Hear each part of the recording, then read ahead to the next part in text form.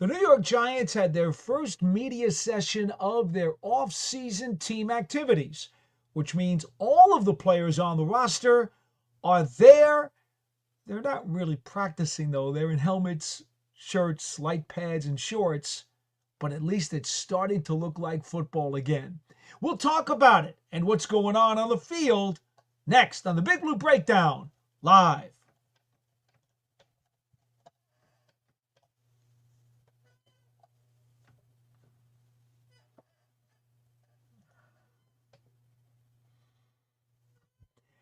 Hi, everybody, and welcome to the Big Blue Breakdown live as we come back once again at our regularly scheduled time on Wednesday nights at 8 p.m. Eastern Time for a live program.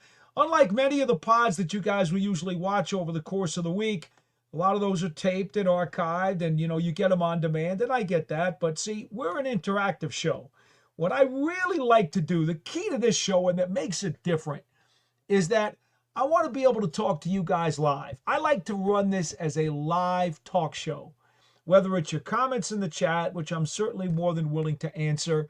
But I really prefer to talk to you guys. If you want to give me a call on either video or audio, you see down at the bottom of the screen, there's the crawl. That's how you can reach me either on video or on audio. Now, let's see here. We have a little bit of an issue here with what's going on.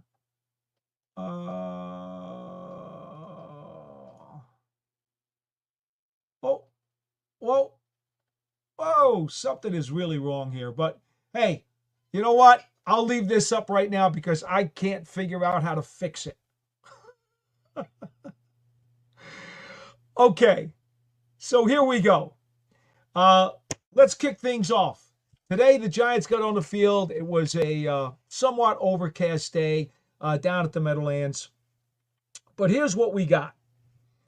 Brian Daboll did confirm that Evan Neal is working at left guard.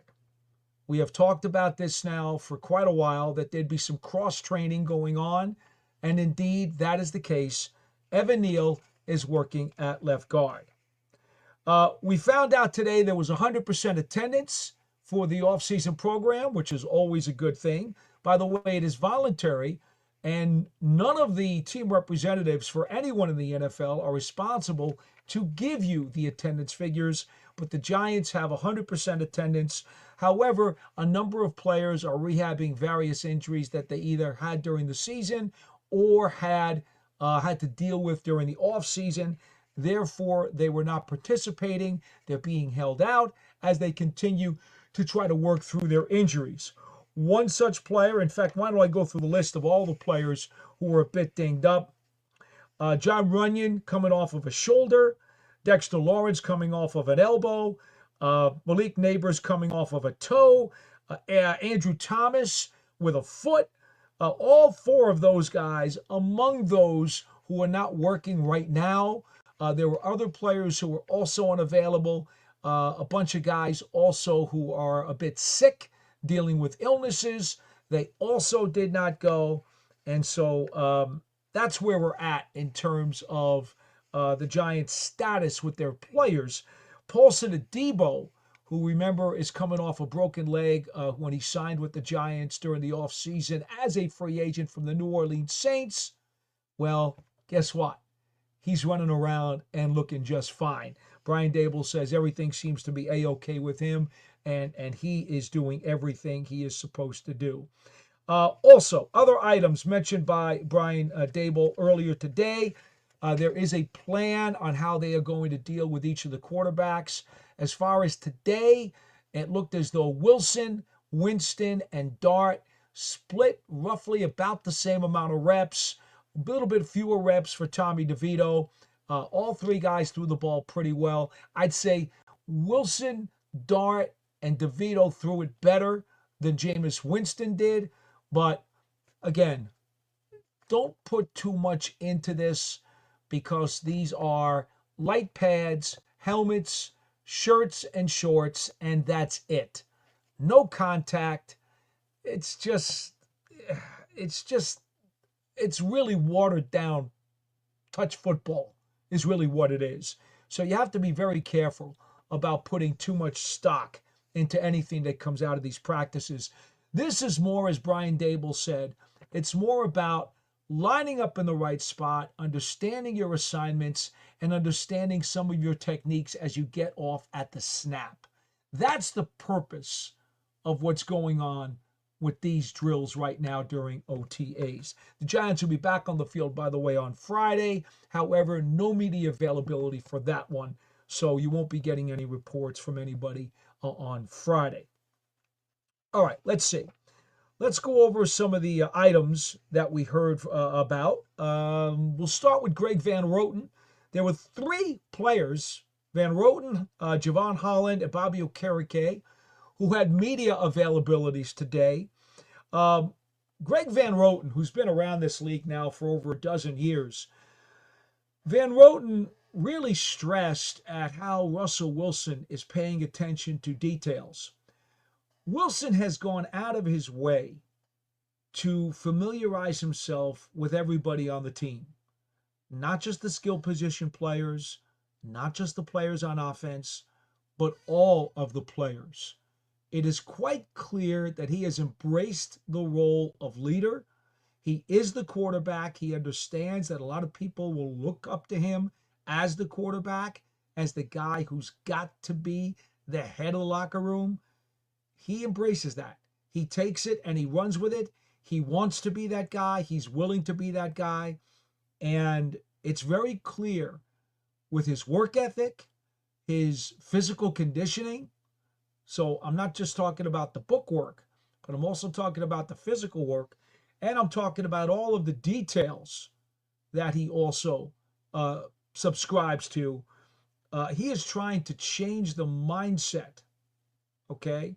He is trying to change the mindset of what is going on in this Giants locker room.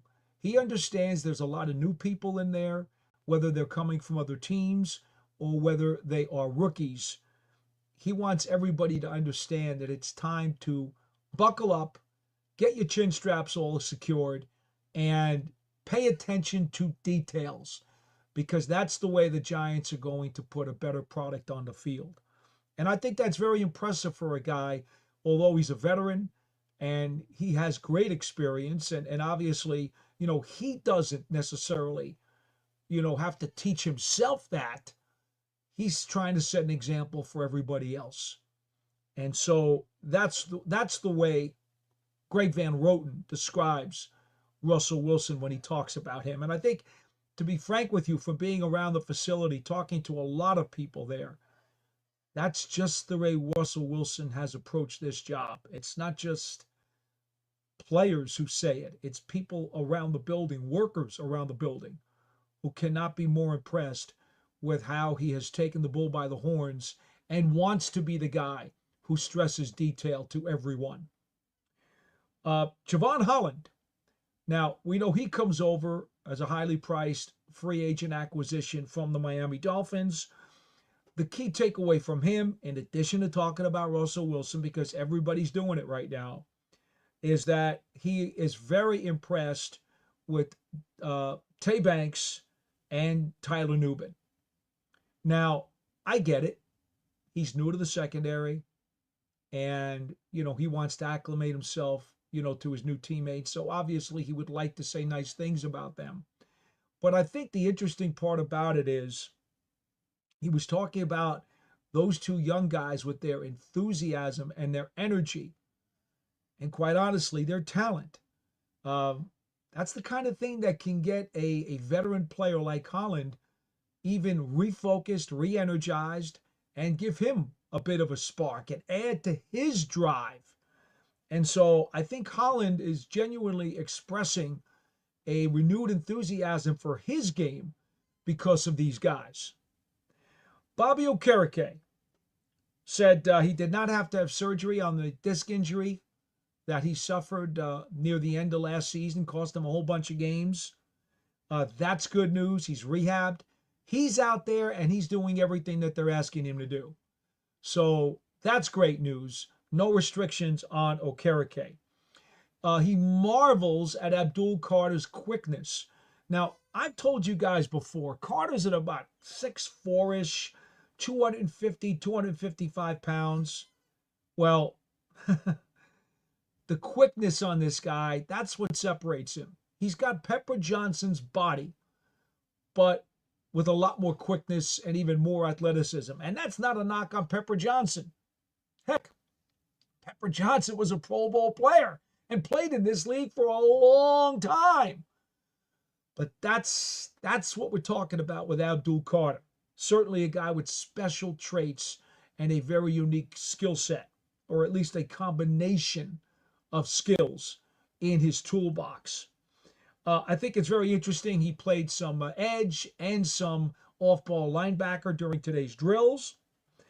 Okereke also, again, we're going to hear this theme throughout, stressing the professionalism of both Jameis Winston and Russell Wilson. These guys are very upbeat. They're very positive. They're very energetic.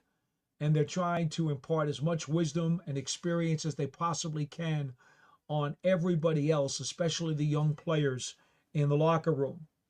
Okereke also expressing some optimism that in his second year in this defensive system coordinated by Shane Bowen, that he can get back to being the player, or at least the productive type of player that he was 2 years ago when Wink Martindale was the DC.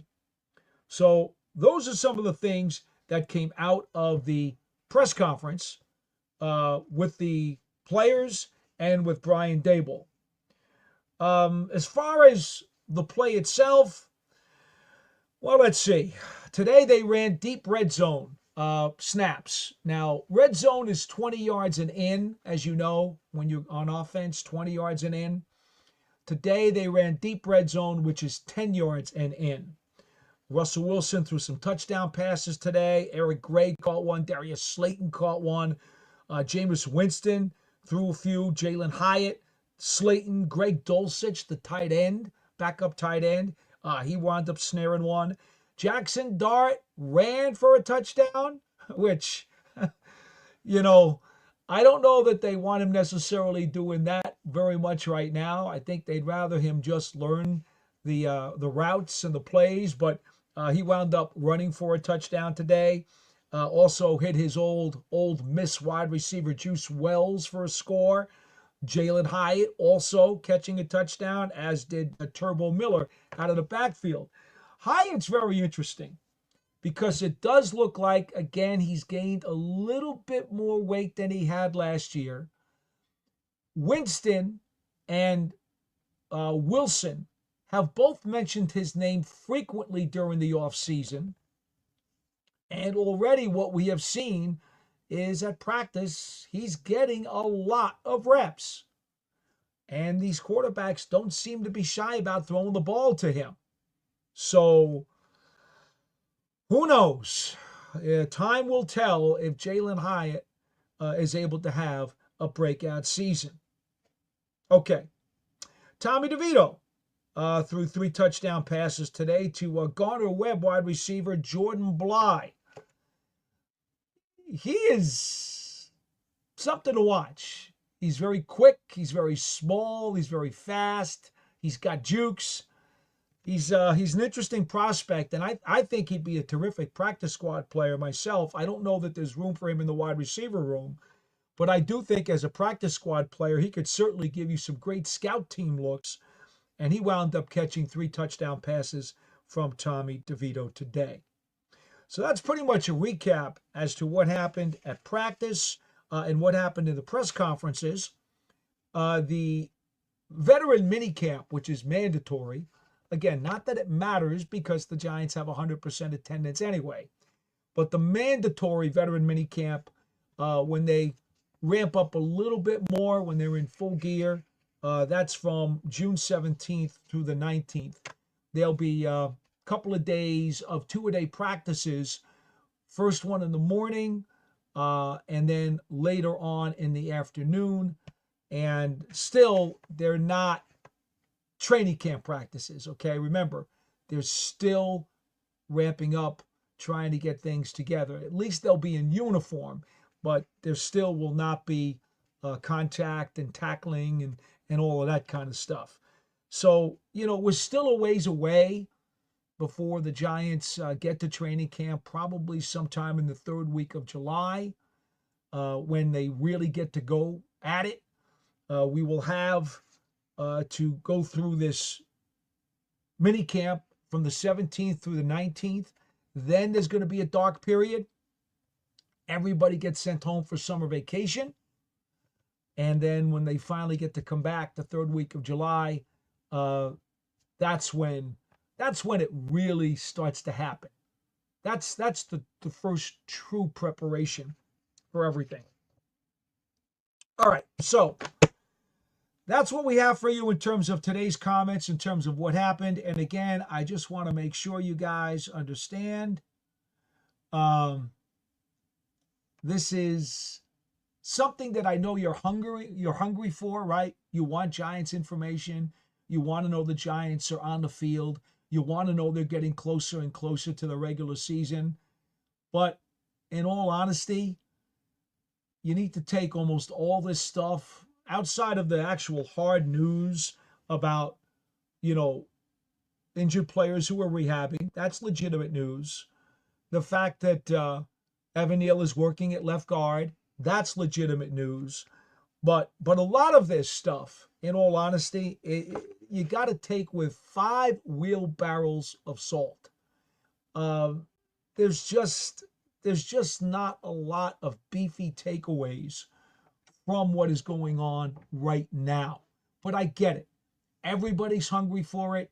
So we cling to whatever crumb that's out there and try to chew on it and try to satisfy our hunger on it. I understand that, but I'm also going to be a realist and try to explain to you that there's not a lot of beef here. All right. Christine says, good evening. Aiden Fink says, how's it going? Big Blue says, good evening. Andrew Thomas, will he be ready for camp? At this point, 2 years in a row, not good. Status on Nabers. Well, Thomas had the foot last year. Basically, according to Brian Daboll, what he is saying is that this is a precaution. They're simply going to bring him along slowly. There's nothing for him to really learn right now. He knows the system. He's been here. He understands what's going on. So at least for the time being, right, Andrew Thomas is being held out. I will tell you that James Hudson, the left tackle or swing tackle, if you will, who was signed from the Cleveland Browns as a free agent in the offseason, he ran with the first team at left tackle today. You're going to see reports from a whole bunch of people about different lineups. Lineups don't mean anything today, especially when you have some guys who are, in rehab or coming back from an illness because a bunch of the guys are sick.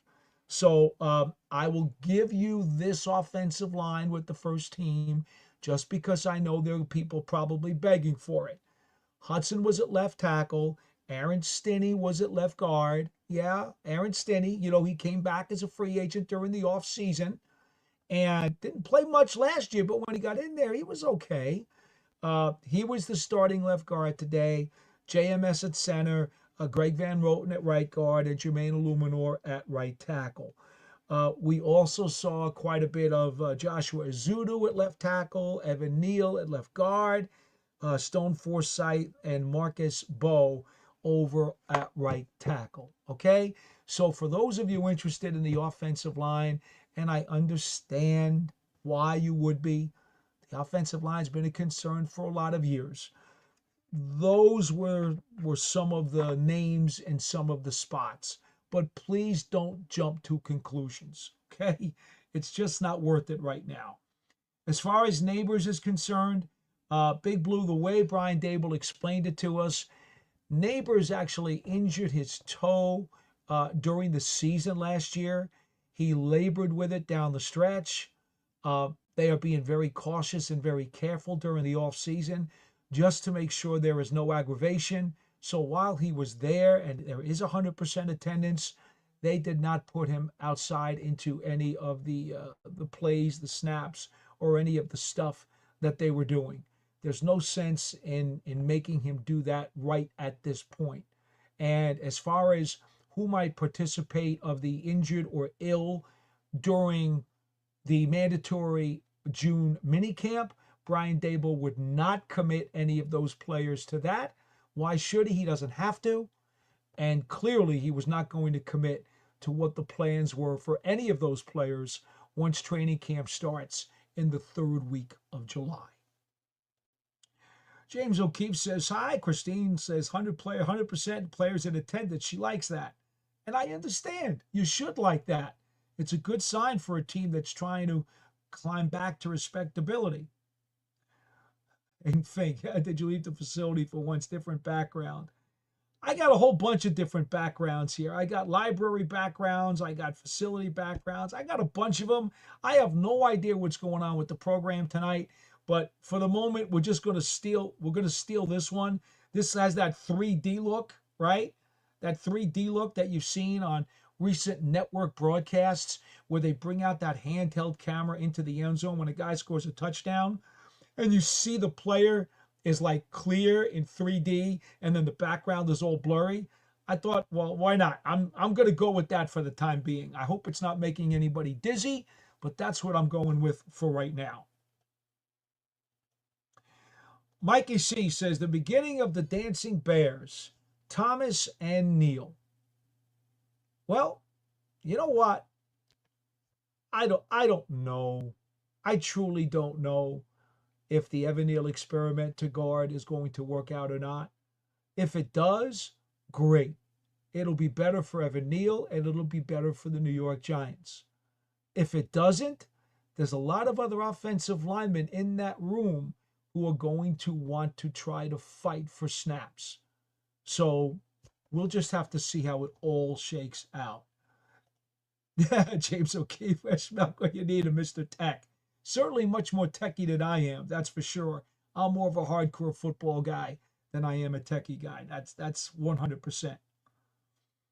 Okay. Aiden says, technology, Paul's favorite. We all know he has a PhD in it. Yeah, exactly. Oh, James O'Keefe says, Paul, how many offensive linemen do you predict will be on the final 53 and who barring injury? It is too early to go there. And James says right away, immediately, he says, I know it's a little premature to ask, but I'm curious. Oh, let's see. Let me look at some of my notes. I would think, right? I would think you're going to have your starting five, right? You'll have Thomas, you'll have Runyon, you'll have Schmitz. I'll say for the sake of arguments, you'll have Van Roten and you'll have Illuminor. So those are your starting five like they were last year for opening day. I'll just go with that for the moment. Okay. I would think that, Bo makes the team because if he's a 5th round draft choice. I'm gonna say that Stinney makes the team until he proves that he can't do it, because quite frankly, he's okay. I would think that Hudson makes the team. He was one of the early free agent signees. They were really happy to get him. So I would think he's on it too. And I think Evan Neal's got to prove himself. I think he'll make it. I do. But he's certainly got to prove himself. I think Kubas makes the team. And I think Izudu makes the team. So that's what, 11? I think I counted 11 at that point. 5, 6, 7, 8, 9, 10, 11. I mean, I don't know, James. It's so premature. Remember, what did I tell you about these OTAs? There's no hitting. It's here we are. We're talking about offensive linemen after a practice session during which there was no hitting. James, I'm sorry. It just doesn't make any sense. We've got to watch training camp, real training camp. And even then, there's more of a grade to be had during the preseason games. And I certainly hope that these guys play more in the preseason than they have in the past. That's just a wish of mine. I don't know that it's going to happen, but it is a wish of mine so that we can get a real gauge on what these guys are going to bring to the table as a unit. By the way, they've got the games with Buffalo, the Jets, and the Patriots during the preseason. You guys saw that when the schedule came out a couple of weeks back, right? I'm sure. It ought to be interesting to see. The Jets have a solid defensive front. Certainly, so do the Bills. Patriots not as much, but that will be very interesting to see. Again, I really hope that we wind up seeing more snaps this preseason from those guys. Brian Daboll was asked today about the possibility of joint practices during training camp. I've already told you I do not believe they will have any with the Buffalo Bills. In fact, I'm fairly certain of that. Now, whether or not it happens with one of the other two teams, that remains to be seen. Brian Daboll today said they're still working through some things on that. So whenever he makes an announcement there, we'll find out if there will be joint practices with either the Jets or the Patriots. But my understanding is there will not be any with the Bills. And I know some people were kind of worried about that because the Giants do have to go to Buffalo for their preseason opener. And, if they went up there several days early for practices, that means fewer spots to catch the practice sessions in East Rutherford in the parking lot. So you can put your fears aside in that regard because that's not going to happen. Okay, hey, Tudo is back again. There he is. The entire rugby team in Italy continues to come back time after time. And thank you so much again, Tudo. This guy just him and his team are just incredible. They are such loyal fans, and I really appreciate it. And I hope we don't hear much about what's going on with European or international rugby, here in the media in the United States. But Tudo, I really do hope you guys are doing well, and you're keeping your roster healthy. You guys are available, and you're putting some big W's up on the board. Big Blue says, to add to James on the offensive line, the same question on running backs.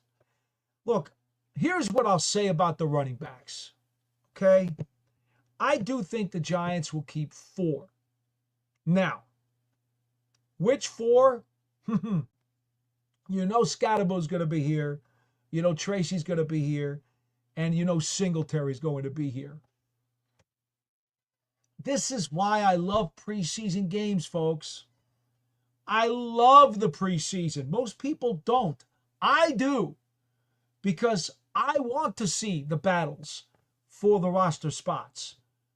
Especially when a team like the Giants, which is getting better, it's the depth chart battles that really become critical. Now, Eric Gray has not lived up to his billing so far. He needs to have a breakout year.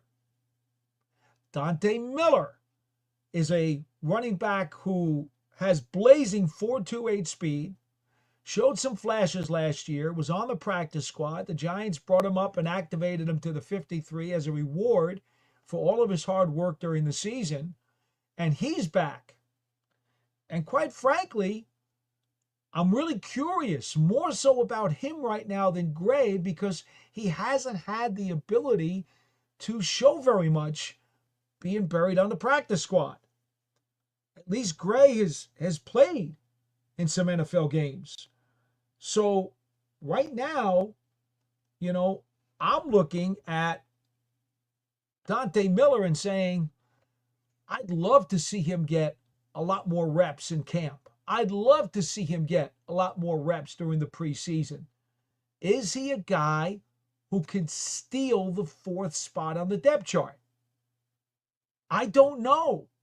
I think it's possible, and I'm very intrigued by him.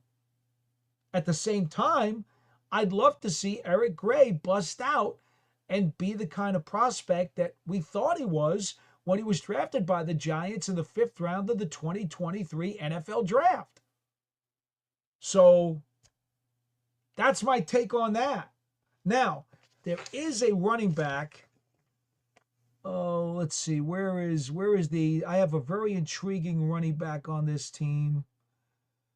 Oh, where is he? Where is he? It's a very intriguing running back. Oh, wouldn't you know it? I left my other notes and my other papers in the other room. There is a very intriguing running back for you guys that I would like you to keep an eye on. Let's see. Rashawn Baker from Elon, undrafted rookie free agent, 6 feet, 225 pounds. Now, if you guys know anything about me, you know I always like to have a bruiser and a punisher and a hammer in the running back room. I think there should be one in every running back room. The Giants have one in Scatterbo. But I'm intrigued by Baker. I really am.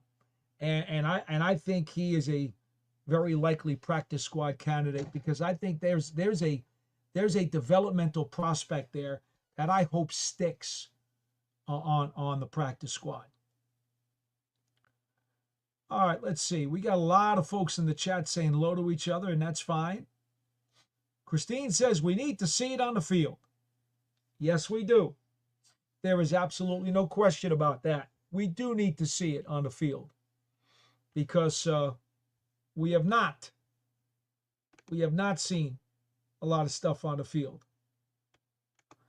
We have a few months to go before that happens. All right, let's see. What else do we have here? Christine says, I would also like to see more snaps this preseason. Christine, here's the problem, and we talk about this every summer. First question is, what is your stomach for the injury bug? Now, why do I say that? Well, because we all know what happens. If a guy gets hurt during the preseason, we know that there is going to be holy high hell, people screaming from the top of the mountains, screaming, why did you do this? Why did you let this guy play? Why did you put him in a preseason game? It doesn't mean anything. He's hurt. Now what are you going to do? And you're going to catch just a lot of misery for it. We all know that's what happens when a guy gets hurt in the preseason. Okay. That's just a fact of life. It's going to happen no matter what you do.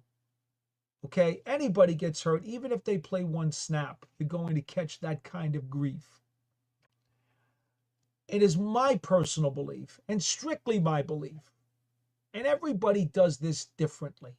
Some coaches will play their regular guys a few snaps in preseason. Some will hardly play them at all or hardly at all. Others will give them a little bit more time. It is my belief that when you make significant changes to places like quarterback, the offensive line, or the secondary, those positions in particular, it is my belief that those positions need more preseason snaps than the others. There is a certain amount of chemistry, of flow, of familiarity, of comfort level that is obtained only through game snaps. This is a philosophy that I have had forever. Now, please remember something. When I first started watching the NFL and Giants football, Fran Tarkenton played all 4 quarters into the fourth quarter of at least 1 or 2 preseason games. Okay? To more recent vintage, Phil Simms would play some, at least 1 or 2 preseason games into the fourth quarter. This is not something that's new. This is stuff that was done for a long time. We're talking 70s, we're talking 80s into the 90s. But because of the risk of injury, the kind of money that's committed to these players, and you know with the salary cap in place, when you get a guy hurt, not only do you have to worry about replacing him, but that's a lot of money sitting on the trainer's table when he is unavailable to get on the field. So I get the phobia. I really do. But I still stand by my belief in how I feel, because I think the season is too short. It's 17 games. And when you have guys still trying to scrape the offseason rust off of their wheels and their brakes in September, you basically run the risk of not being at peak efficiency and falling behind in the standings early in the season. At least that's how I see it. Now, you don't have to agree with me. Perfectly fine if you don't. But here's what I will say. Ja'Marr Chase, clearly one of the top, 1, 2, 3 receivers in the National Football League. Put him where you like. Ja'Marr Chase just was talking about this the other day to the Cincinnati Bengals media, and talked about the fact that the Cincinnati Bengals over the last several years have had terrible starts. They have really struggled in the month of September. And then beginning in October, they tend to find their sea legs, rev it up, and try to make a push in the second half of the season to make the playoffs. It doesn't always work. Sometimes the hole was just too big. Ja'Marr Chase came out and told the Cincinnati media, I believe it was yesterday or the day before, that he strongly believes playing preseason snaps, or at least some more, would be beneficial to getting the Cincinnati Bengals off to a better start. It's an opinion. Again, some people agree, some people don't. There's no right, there's no wrong. But what I do know is the Giants have a very difficult schedule this year, and they certainly cannot afford to be behind the 8 ball in September.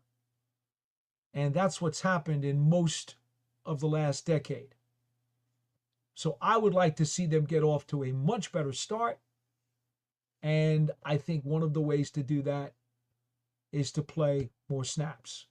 But again, that's strictly a personal preference, and it's a philosophy that I've carried for many, many, many years. It has nothing to do specifically with this coaching staff or these players. It's just a general philosophy. Scott Young says, hi, Paul. Good evening. What's your thoughts on DeVito staying with the Giants, making the roster? I feel if he is cut, he'll be picked up immediately. Well, I think so too, Scott. If Tommy DeVito doesn't make the Giants 53, and let's face it, they'll only keep 3 quarterbacks on the 53. You're not going to keep more than 3. It's not going to happen. He'll get waived if all things are equal, as they are today. Wilson, Winston, Dart would be the 3. At least I don't think anybody would see it differently. There's always a possibility that somebody gets hurt or somebody gets traded, of course. I'm not going to tell you that's impossible, but I don't think that'll happen.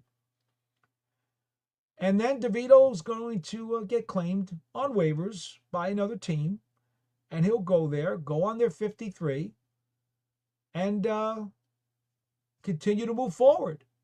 and hopefully do very well for that other team, wherever they have him, whether it's he's their number 2 or their number 3. I'll always root for him. I hope he does well. He's a good guy. He's had 2 years already in the National Football League, started a bunch of games, won a bunch of games, and he's a great story. I find it, tough to believe anybody would root against him. Now, the thing with Tommy is this.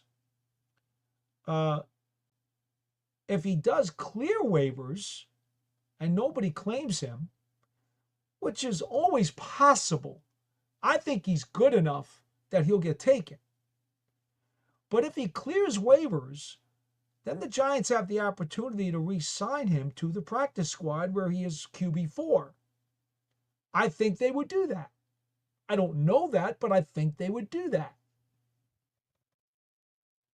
Tommy DeVito then has to ask himself, after he clears waivers, if he wants to do that.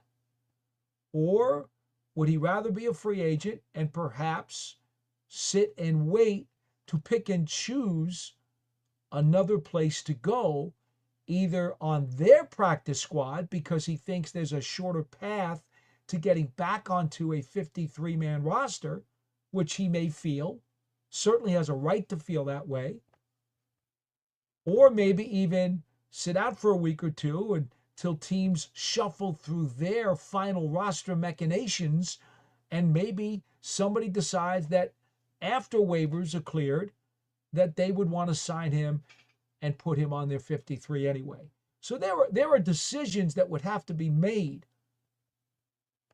on all fronts. There are several angles to this prism, if you will. And it's kind of, I don't want to say it's impossible or difficult to say which one is going to happen, because certainly there are some scenarios that are much more likely than the others. I don't think there's any doubt about that. But to concretely say what's going to happen to him, that's just not plausible right now at this point. Let's see, who else do we have? James O'Keefe says, I long for the old training camps at FDU. That would be in Madison, New Jersey. Bill Parcells didn't run powder puff practices. That is true. He did not. They ran 2-a-days. You go back to some of the days of 3-a-days in the NFL, too. The players were physically prepared for the season. Carl Banks and Howard Cross say it all the time.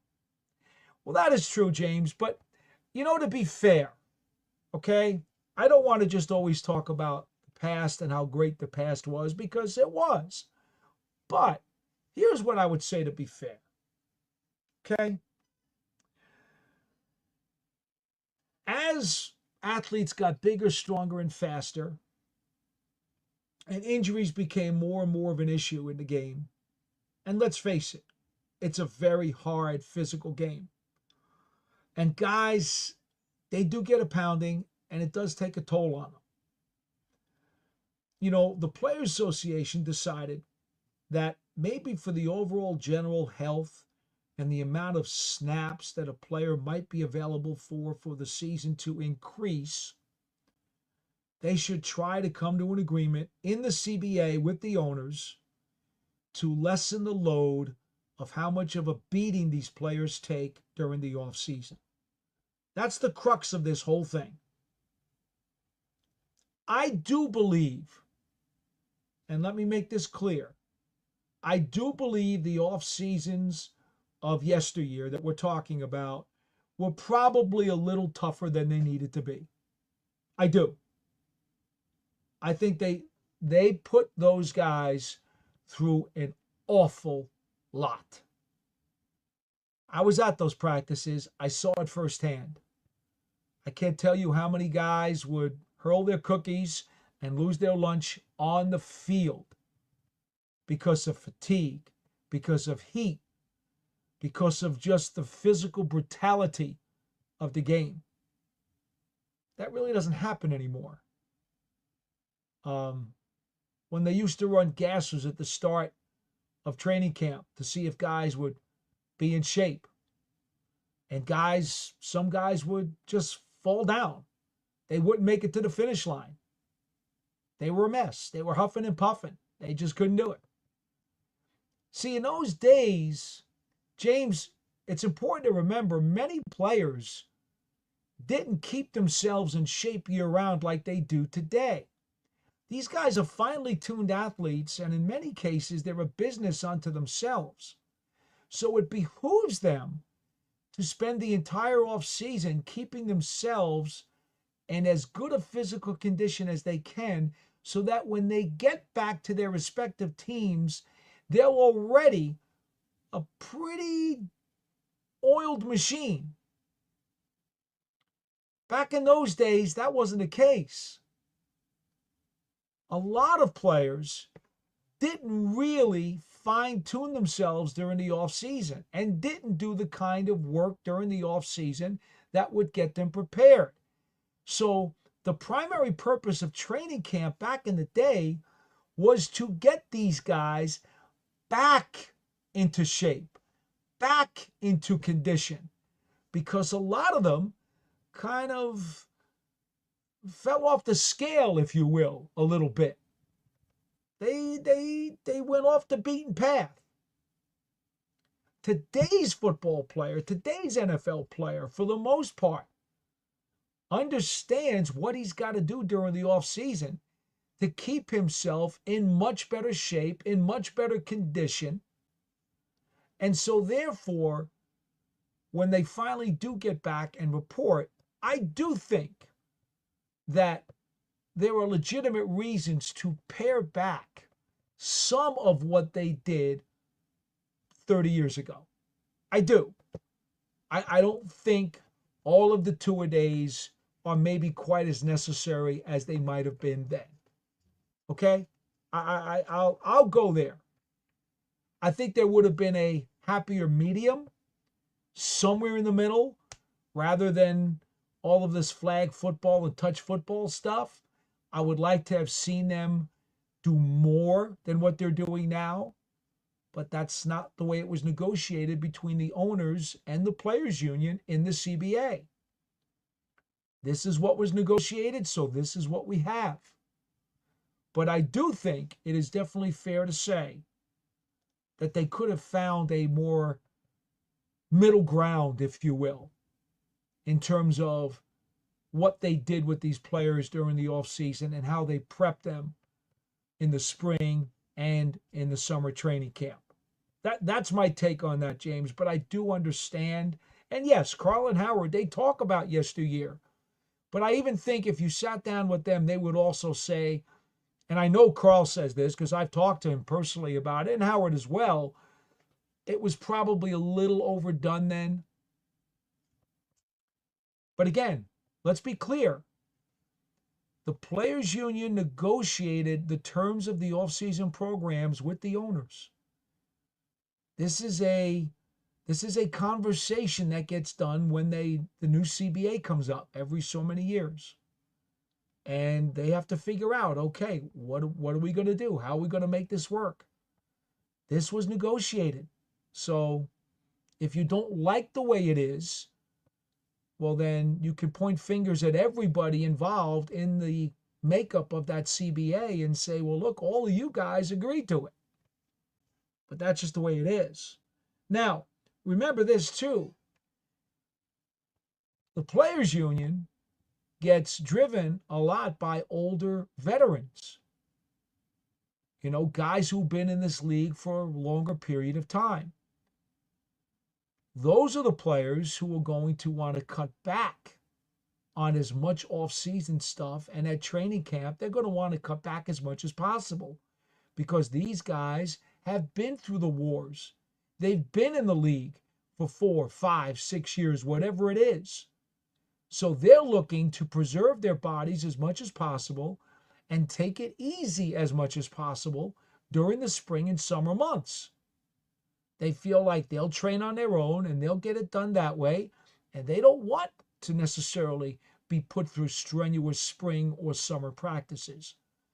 So they're the driving force behind that side of the conversation that said, let's lighten things up. I suppose there are a lot of younger players who want to make teams who probably feel differently and would say, oh, please, let's go out there. Let's fight as hard as we can. Let's play as much real football as we can because I want to show my wares and I want a job. I want to be in this league and I want an opportunity to prove myself in as legitimate circumstances as I possibly can get my hands on.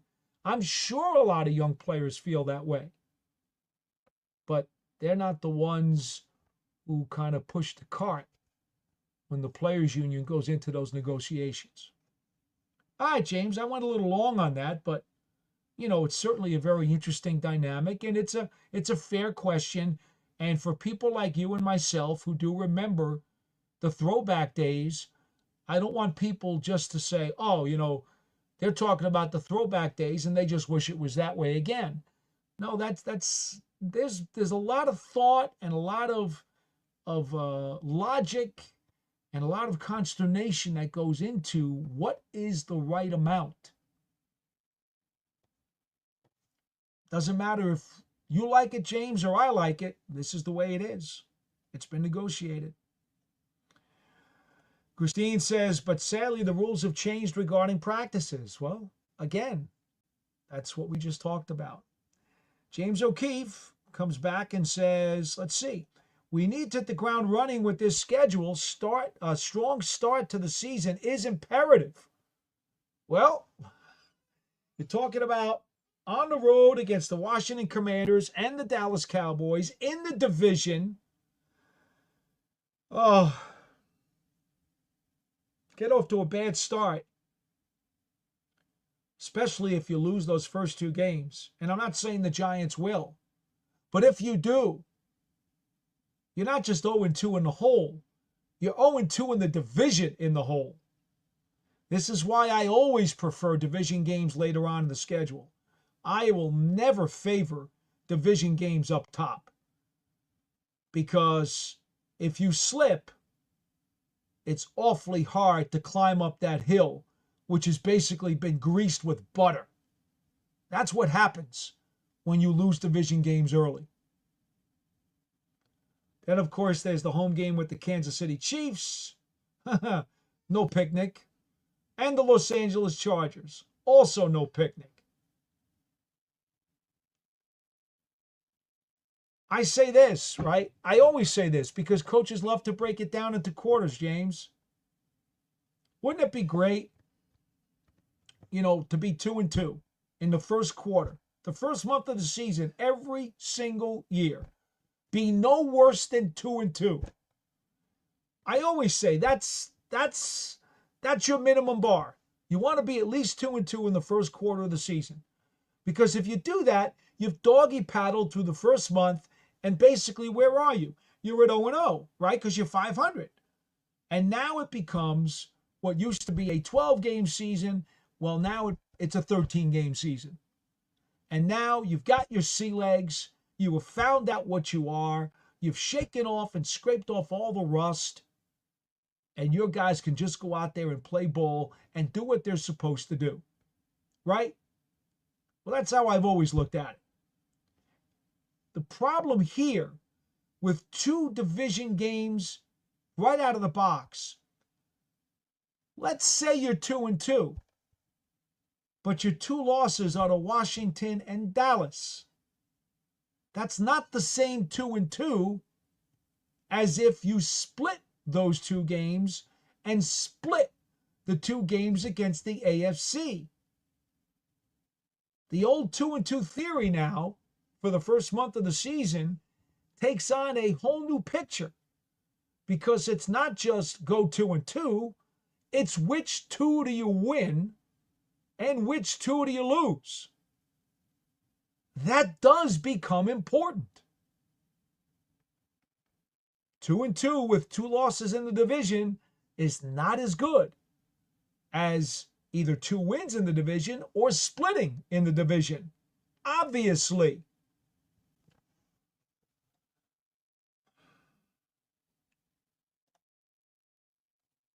Oh, Tudo, you coming back with another super user star. Tudo says, Paulie, contrary to NFL players, pro rugby players born ready for battle on any given day. No days off, no excuses. Grind all day and always show up. Different ball game, different mentality.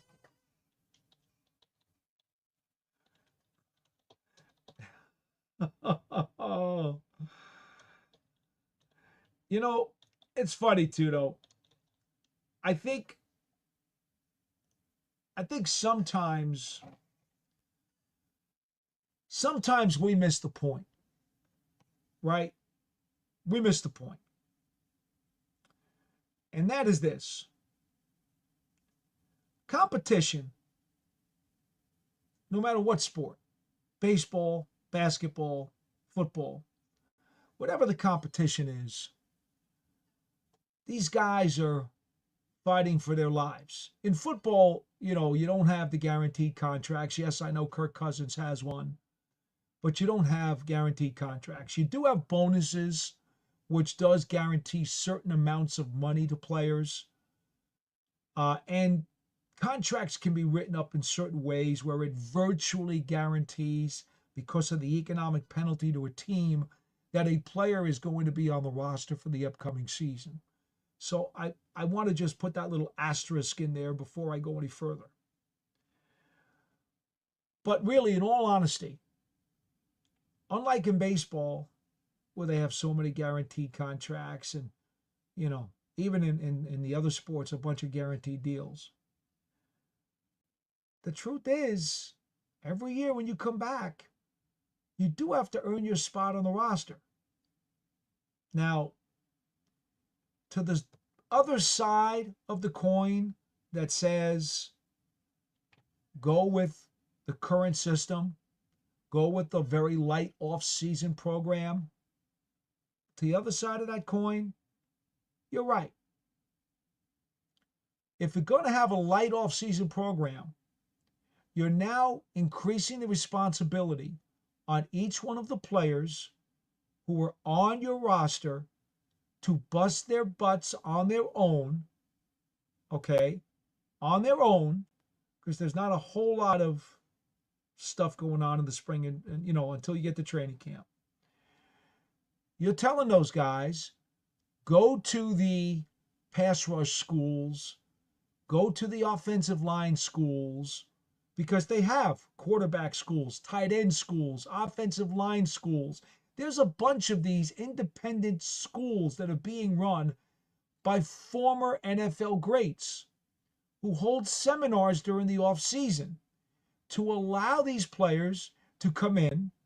They pay a fee, and basically they go to a week or two school or program where they share ideas, they share techniques, and they work on their craft. And so when you have light off seasons like what we've had for many, many years now with the CBA, and this goes back quite a ways, well over a decade, when you have these light off seasons, it really does put more of the responsibility on each individual player. Look, Mr. X, running back X, wide receiver Y, tight end Z. If you really want to impress your coach, if you really want to come out like gangbusters when you get back to your organization, well, during the offseason, you're going to go to the offensive line mastermind school, and you're going to enhance your offensive line prowess. You're going to go to George Kittle, and I think Kelsey is with Kittle. They run a tight ends camp out west somewhere. You're going to go to a kickers school, if you will.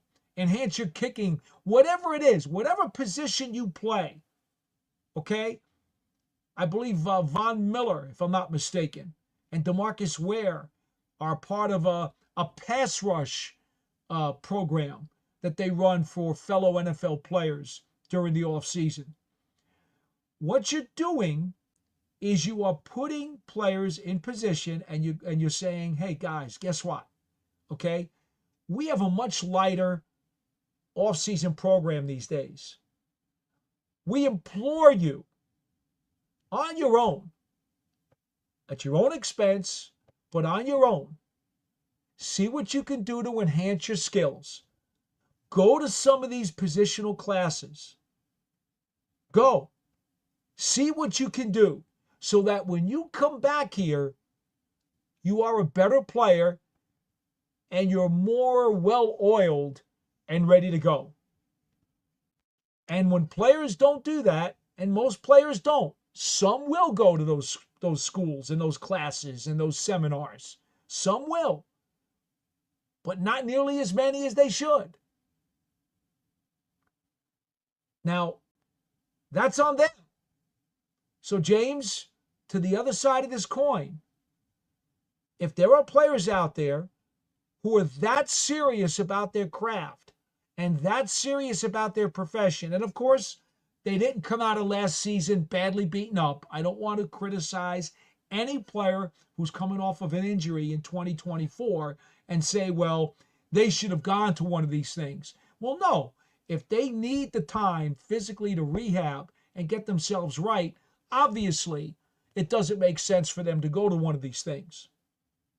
However, if they are right and they are capable, there's no reason why more of those kinds of players on every NFL team won't take advantage and go to one of those programs. Sign up, take the time, take the money,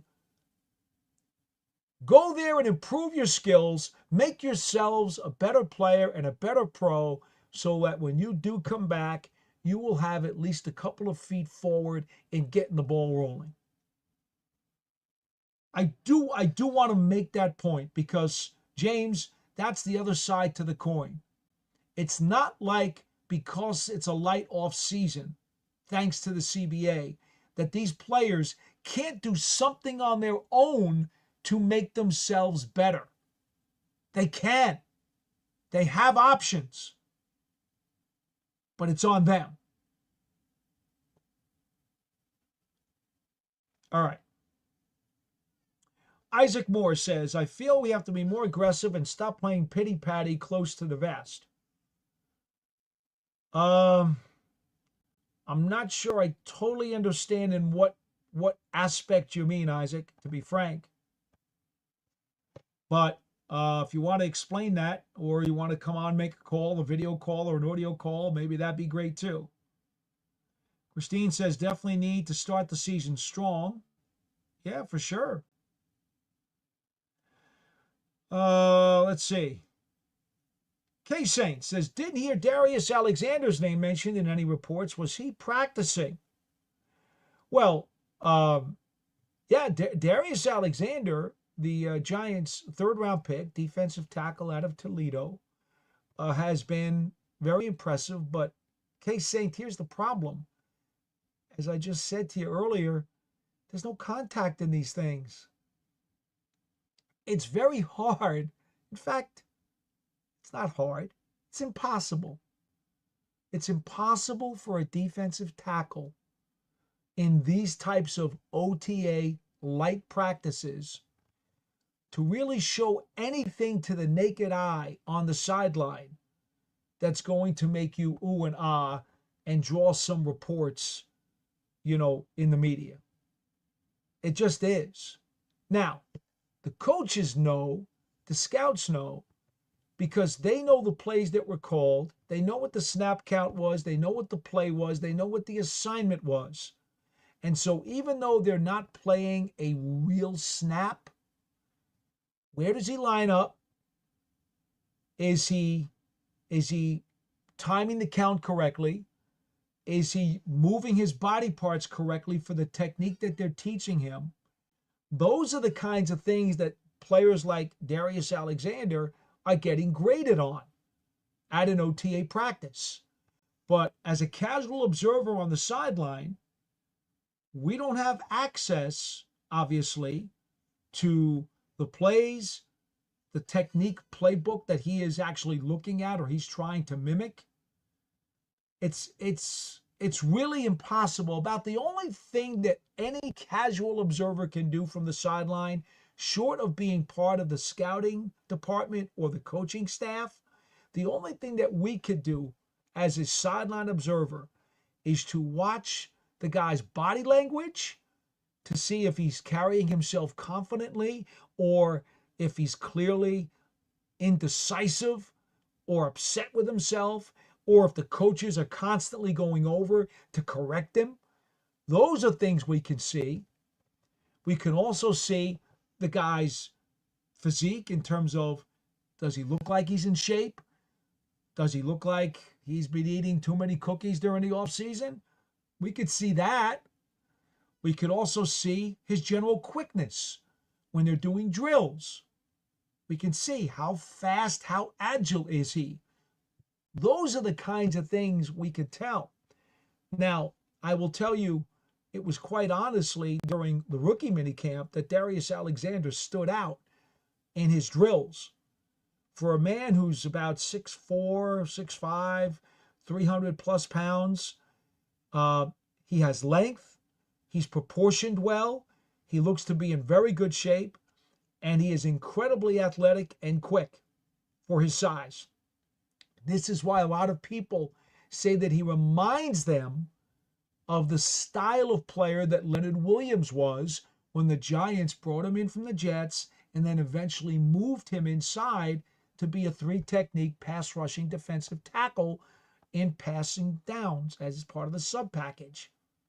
Darius Alexander looks like that type of player in terms of his physique and his athleticism, his tools. That I can tell you.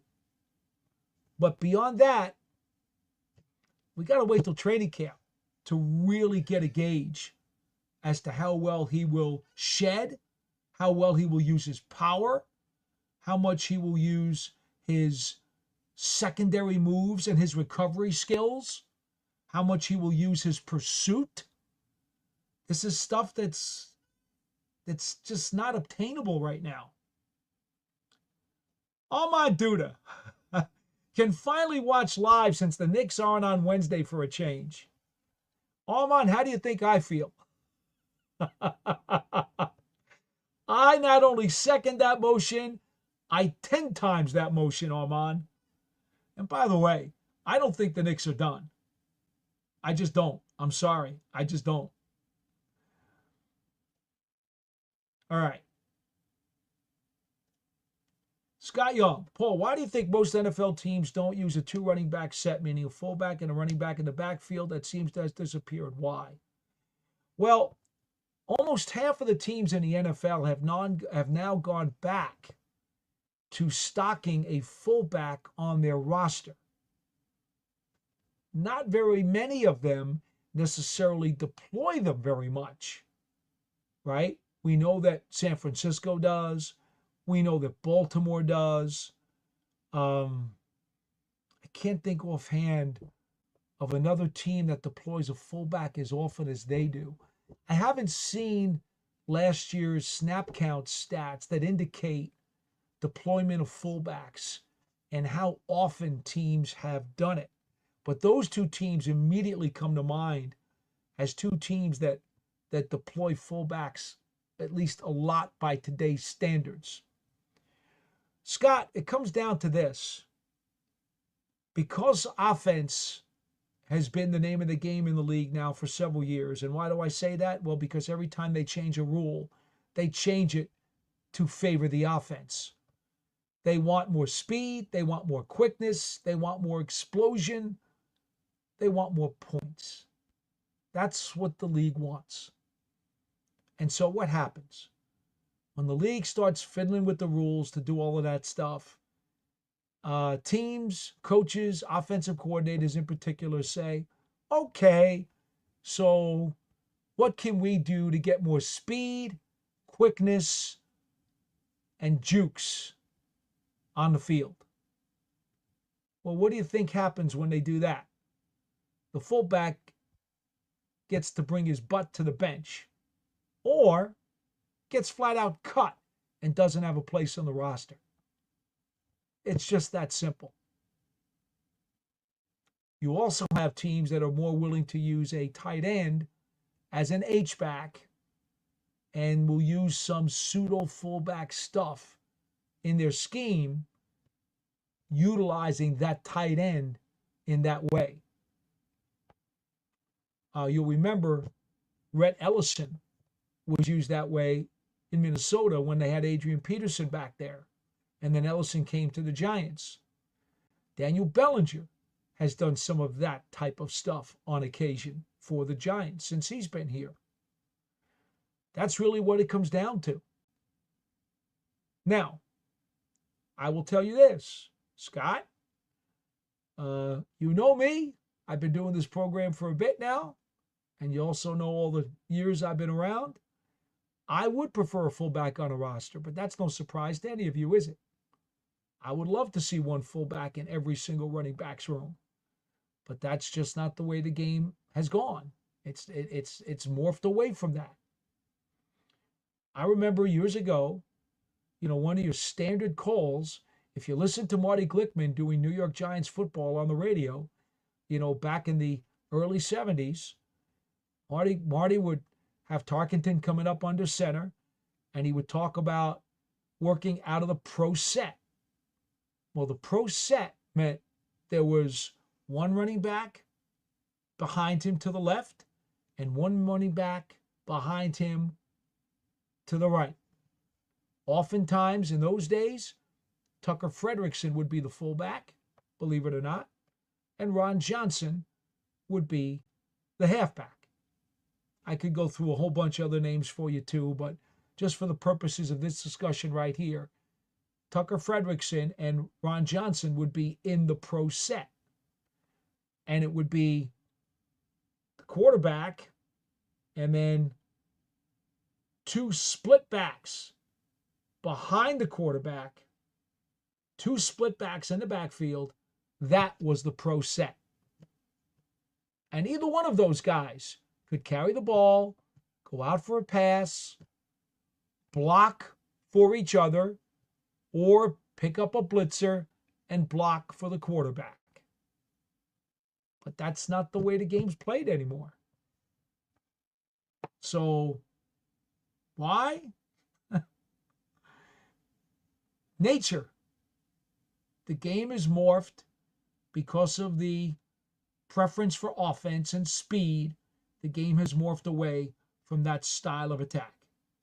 But to be fair, Scott, years ago when Charlie Connerly played, and some of the old-time guys, remember, passing was not a big deal. They wanted to play the wing T. The quarterback was constantly running with the ball all the time. Really,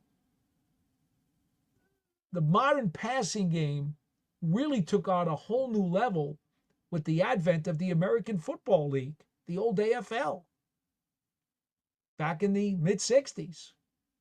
That's truly, early 60s. That's truly where, today's modern passing game really got kickstarted.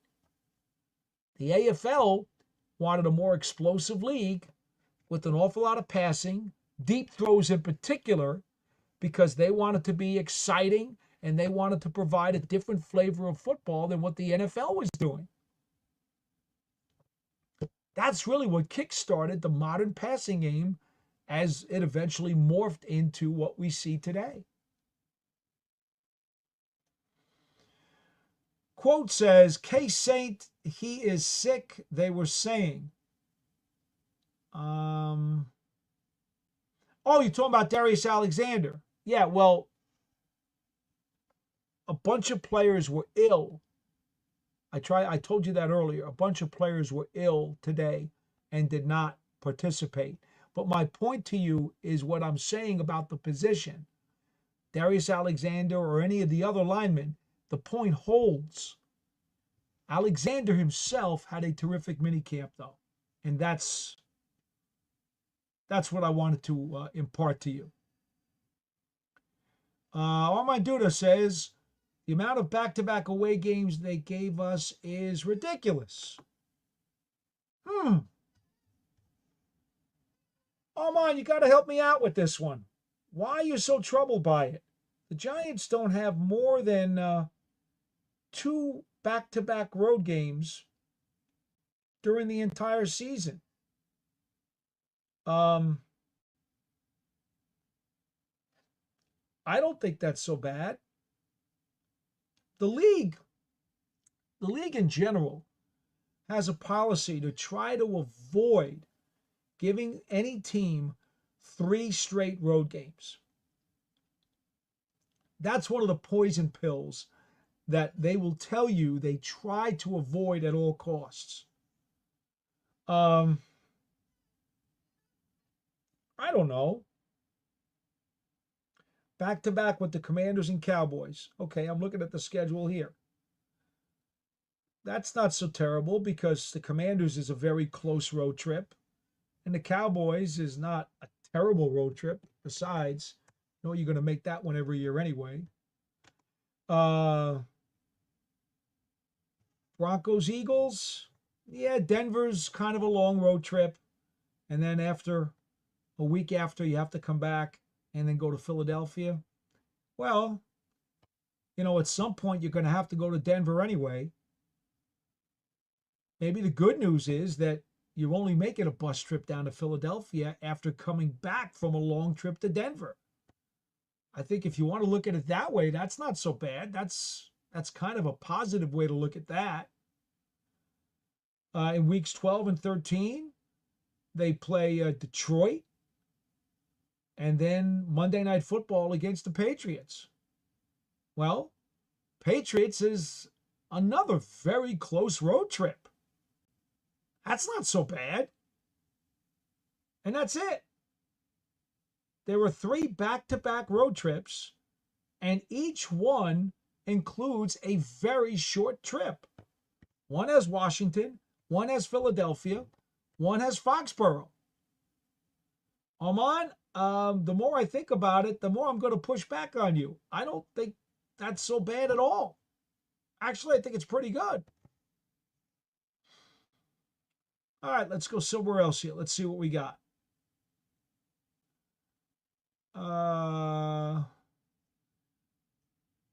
Isaac Moore wants an update on Nabers' toe injury.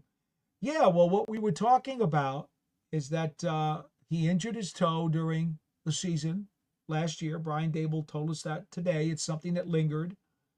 And the only update on it is that right now they're keeping him off of it as much as they can. And he's not coming out to do any of the OTA stuff because they just don't want to, have any problems. It's only May. You know, they're gonna need Malik Nabers later on in the year. Armanduda says, does anyone in the organization let the players know that these independent schools for positions in the offseason exist? Oh, absolutely. Everybody knows about them. See, Armand, some of these independent schools, classes, seminars, if you will, call them whatever you like.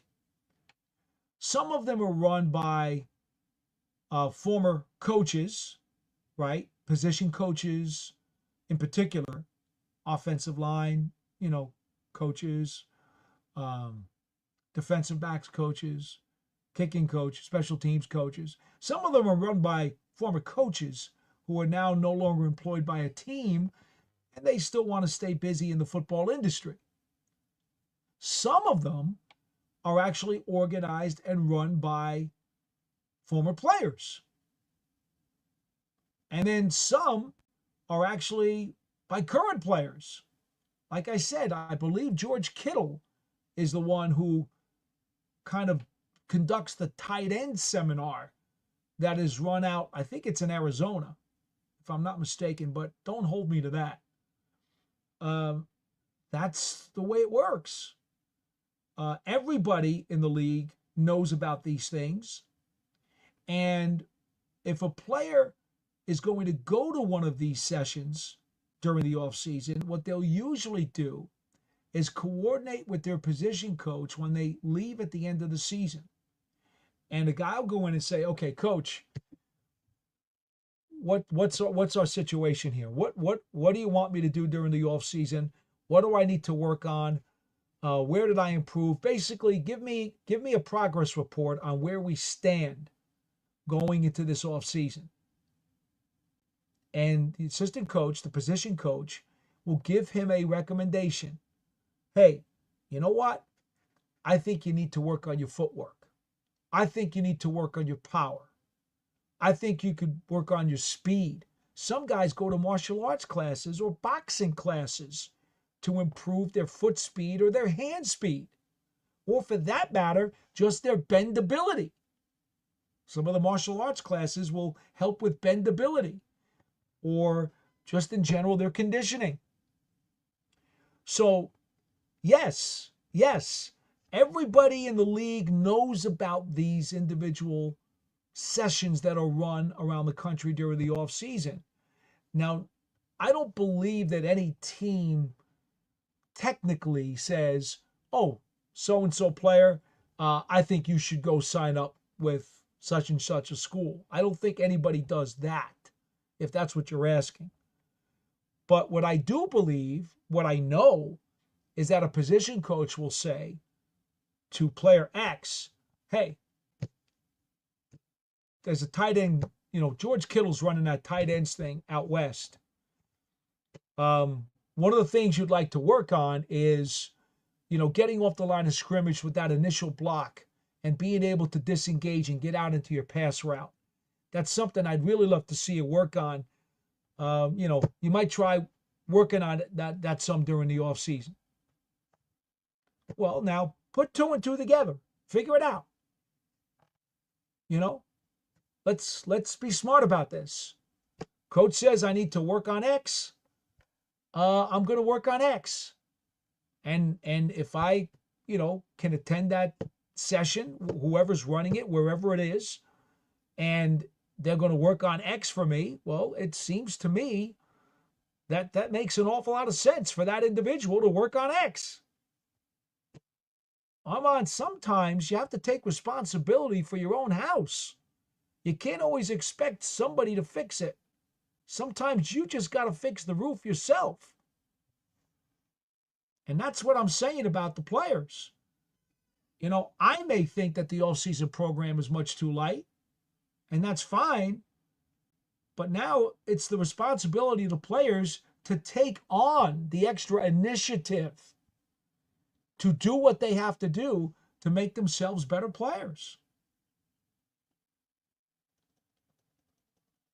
Oh, Isaac Moore says, I mean more aggressive on offense because I think the defense played well last year despite the poor tackling. Well, Isaac, the problem with the defense last year, there were 2 issues. Number one, they did not stop the run nearly as effectively as they had to. That's the first problem. The second problem was they gave up too many big plays and did not get off the field as often as they needed to in key spots. Those were the 2 biggest problems with the Giants defense last year. Now, as far as the offense is concerned, it's a lot easier to be more aggressive on offense if you have better quarterback play, if you have better wide receiver play. And I know what you're going to say. Oh, you got Malik Nabers. You got Darius Slayton. You got Wendell Robinson. Okay. Let me say, just better play in the passing game. Isaac, I logged the Giants for a NFL high 40 drops last season. In fact, let me look at my chart. As long as I have you right here, let me look at my chart.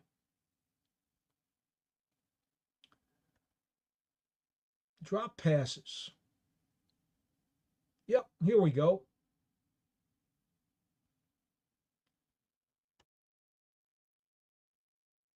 $40. Yep.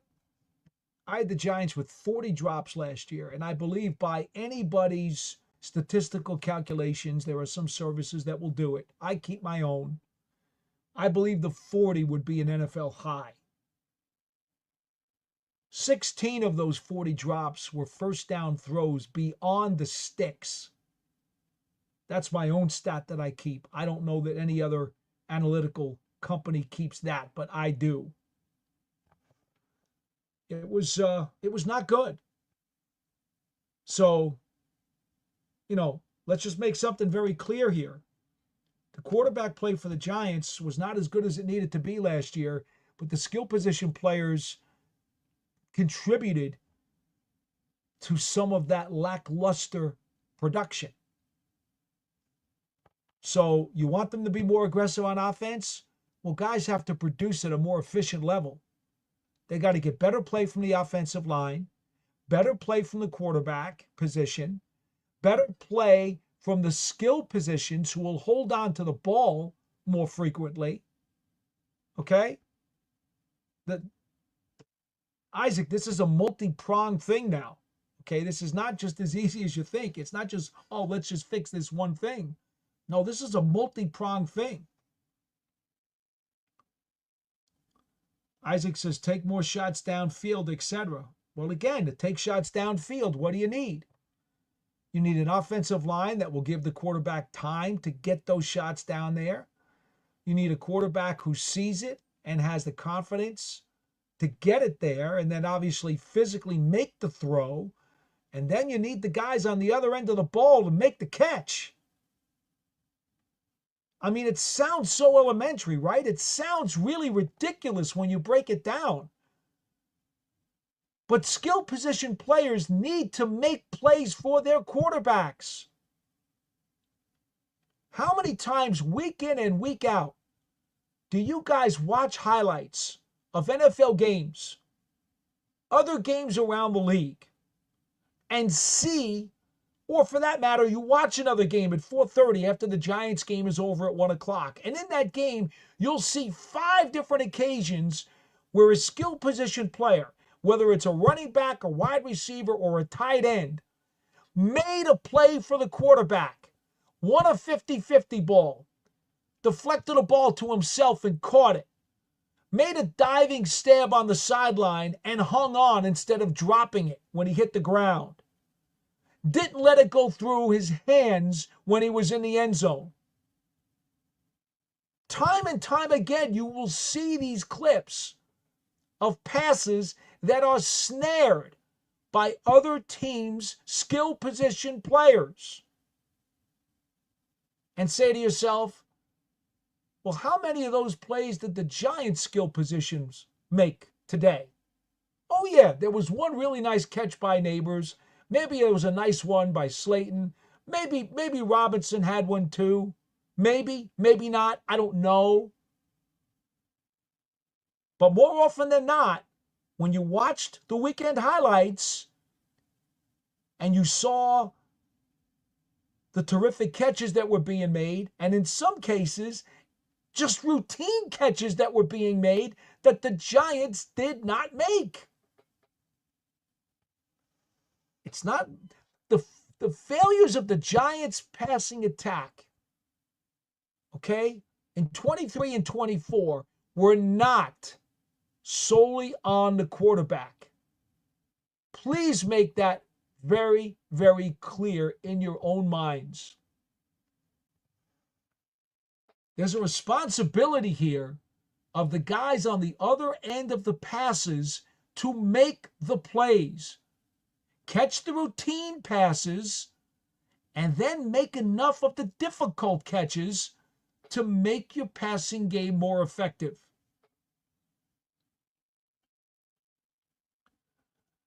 Isaac says we're too conservative on offense for someone like Daboll or Kafka to expand on play calling.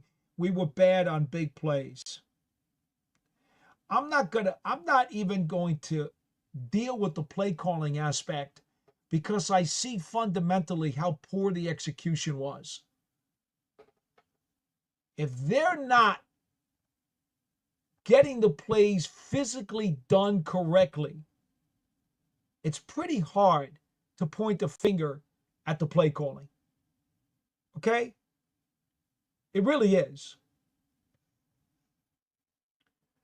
Isaac also says, I think having Russ at the helm will help tremendously. Well, I hope so.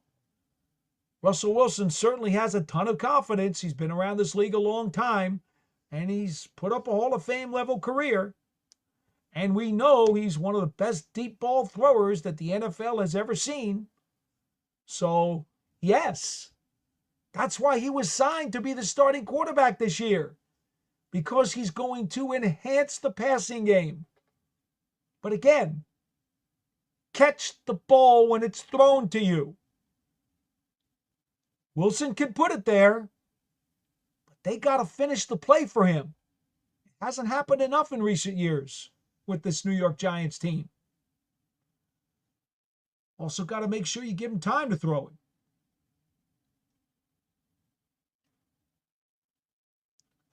Isaac Moore says, you think we will keep 3 tight ends on the 53?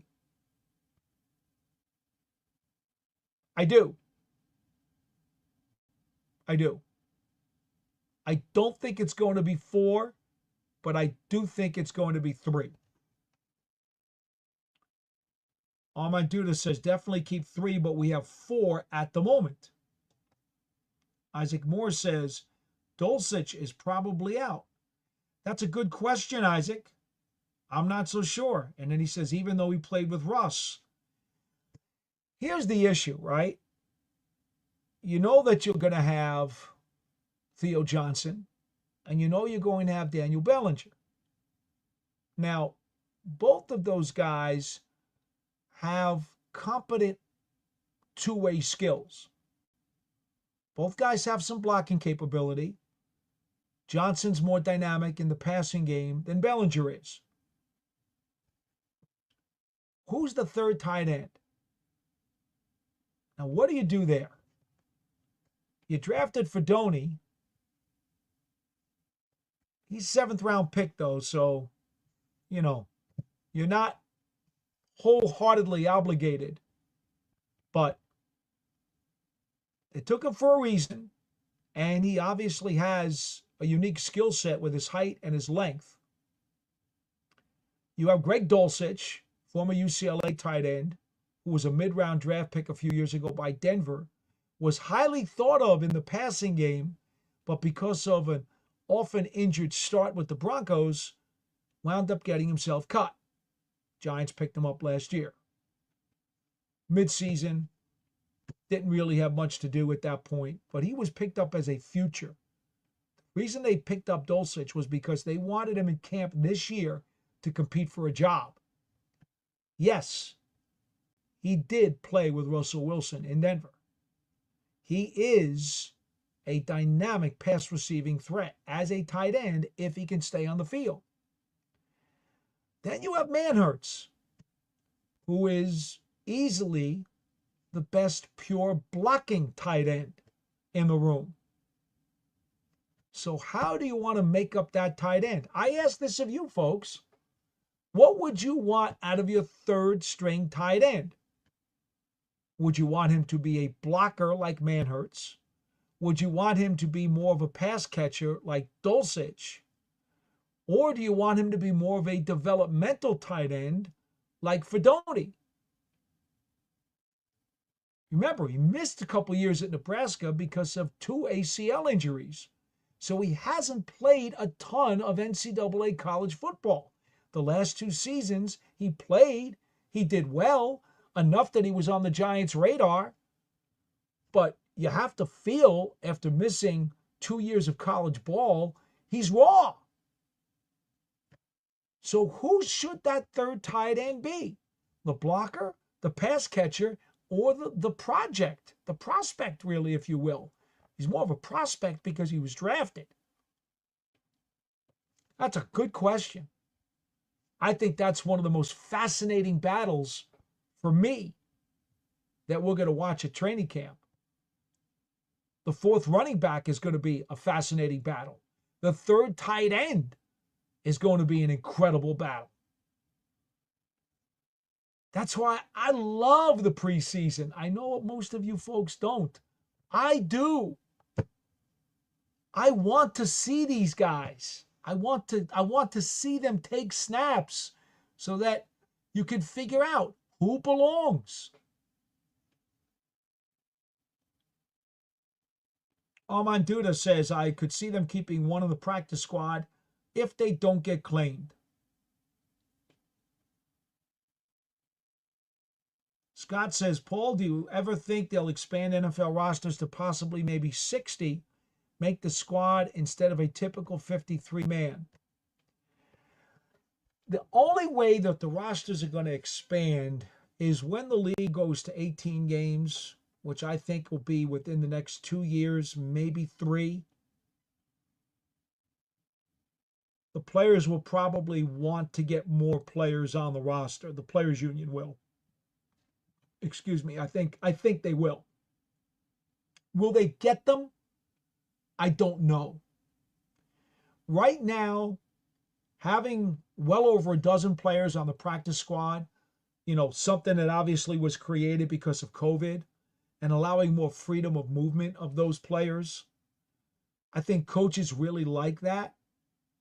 Players seem to like it. That's working out well. I'm very happy that they did that with the practice squad. I think that's a really great thing. How much will they change the 53? I don't think there's any way they go to 60. Scott, I think that's not going to happen. The owners are not going to want to pay NFL wages for another 7 active players per team per week. That's not going to happen. Okay? Might they go to 55? Might they add 2 players? That's probably going to be one of the pawns in the negotiations for going to 18 games. Make no mistake about it. All arrows point in the direction of this league playing 18 regular season games, just like the USFL did back in the 80s. I covered that league for 3 years. I worked the New Jersey Generals games. They went with an 18-game regular season, and they had 2 bye weeks. That's the way it worked. And by the way, those seasons were played. There were no troubles, no issues. They were able to get through those seasons for 3 years. So it's very doable. I don't want to hear how it can't be done. I don't want to hear about how too many players get hurt and it's too taxing on them. Look, I'm all for safety for NFL players. But when a professional league did it for 3 straight years, 18 games with 2 bye weeks, and did it successfully, had playoffs, had championship games, not to the degree that the NFL does, because obviously they had fewer teams, but they were able to execute it without any issue at all. Please don't try to tell me that, for those people who don't want 18 games, please don't try to tell me that it can't be done. Okay? I lived it. I was there. I covered those games. Those games happened.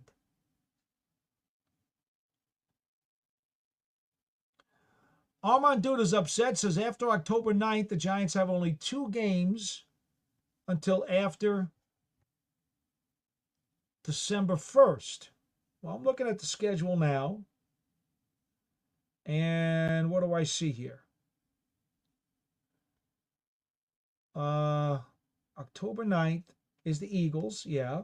Okay. Then on the road, Broncos, Eagles, home for the Niners, road for the Packers, road for the Bears, home for the Packers. So, so your complaint, Armand, you're talking about the stretch where the Giants have 5 of 7 on the road. That's what you're talking about. 5 of 7 on the road. 2 of those, however, are a bus ride to Philadelphia and a very, very short plane ride to Foxborough, which are not difficult road trips in terms of logistics.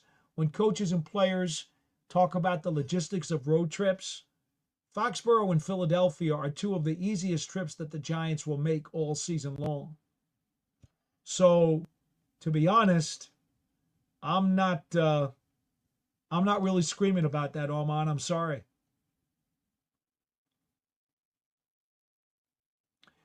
Armand does, however, say drop passes were definitely not the quarterback's fault. He can only throw it, not catch it. Well, like I said, I got the Giants for 40 drops last year. Drop passes are on the targets. Okay? You could talk all you want about errant passes, but that's what those are. Errant passes. An errant pass is not a drop. 40 drops. Passes that a professional receiver should catch. Yes, that has been a problem with this team for a while. Isaac Moore, do the practice squads compete with other teams or practice with other teams such as minor league baseball or G League with basketball? No. Your practice squad practices with your own team. They are part of your organization. They do not go elsewhere. They are treated in every way except in salary and in game day activations and in the way they are legislated by the league. In every other way, they are treated as one of the regular players on the roster. They practice with them as a regular player. They go to meetings as a regular player. They eat as a regular player. They're, for all practical purposes, they're as close to being a regular player as a regular player can be. We got a couple more minutes left in the show. James O'Keefe says to Scott, I've been pounding that table for the last few years. 18 games, 60-man roster, and 5-man practice squad. Yeah, I don't think you're going to see those numbers, James. James says these owners can definitely afford to pay the expanded roster. They make a fortune. I still don't think you're going to see that many players. Your suggestion, James, is 60-man squad would be protected too. No one could sign off of it as they can with practice squad players. Again, I understand that guys on the 53, or in your case, the proposed 60, could not move. I understand that. I still don't think they would go up to 60. All right. Well, we got well over 900 live views on the program tonight, and I'm very glad for that. And we did an hour and 45 minutes, which is actually a little longer than I expected to do. No Knicks game, which obviously helped our audience because, let's face it, while the Knicks were playing the last few weeks in the playoffs, it was much more difficult for people to not only watch the program and stay in tune to what's being said, but also watch the Knicks at the same time. Heck, I had a hard time doing it, but I was trying. Not an issue this time, as the Knicks don't play again until Thursday night. Well, that'll do it for this edition of the Big Blue Breakdown Live here on the New York Giants on SI YouTube channel and media network. We will be back again next Wednesday night at 8 p.m. Eastern Time with another live edition of the program. And don't forget, if you missed any portion of this show, specifically in the first 15 minutes, I talked about what happened during the press conferences today with head coach Brian Daboll, with the players, and we discussed some of the things that were going on during the practice session today, OTA number 2 for the New York Football Giants. OTAs do continue for the next, it's a month-long OTA session, and they will continue, of course, culminating June 17th through the 19th with the mandatory minicamp. And that 3-day practice session is truly, truly the best part of the OTAs. Still, you got to take it with a wheelbarrow or two full of salt. But that's really the best part of the OTAs before they send everybody home for summer break and then bring them back again in the 3rd week of July as training camp opens. Yes, folks, we're actually getting closer. I'm looking at the calendar here in my office, and come Sunday, we get to turn the calendar to June, which means that opening day is inching closer and closer and closer to being a reality. Wouldn't that be fun? I can't wait till that happens. All right, folks, that'll do it for this edition. I'm Paul Dottino. We will see you next time on the Big Blue Breakdown. Thanks for everybody stopping in today on the program. We will see you next time.